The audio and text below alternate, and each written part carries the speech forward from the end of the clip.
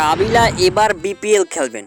হে, ঠিক শুনছেন, ভুল না। কাবিলা এবার সত্যি বিপিএল খেলবেন। ব্যাচলার পয়েন্ট চরিত্রের অন্যতম জনপ্রিয় একজন চরিত্রের অভিনেতা কাবিলা, যার সম্পূর্ণ নাম জিয়াউল হক পলাশ। সেই কাবিলা এবার বিপিএল খেলবেন নোয়াখালীর হয়ে। এই কথাটা শোনার পর আপনার মতো আমারও মাথা ঘুরতেছিল, কি কয় সে একজন অভিনেতা, অভিনেতা সেটা বল খেলবে কিভাবে সম্ভব? আসুন চিন্তা ভাবনা বাদ দিয়ে আমি নিজেই বুঝিয়ে বলতেছি কিভাবে সে বিপিএল খেলবেন। সরাসরি বিপিএল এ ব্যাট বল নিয়ে খেলবেন না, সে খেলবেন বিপিএল এ নোয়াখালী এক্সপ্রেসের হয়ে একজন হোস্ট হিসেবে বা একজন ব্র্যান্ড প্রমোটার হিসেবে। নোয়াখালী এক্সপ্রেস কাবিলাকে ব্র্যান্ড প্রমোশনের হোস্ট হিসেবে নোয়াখালী দলে বেরিয়েছে।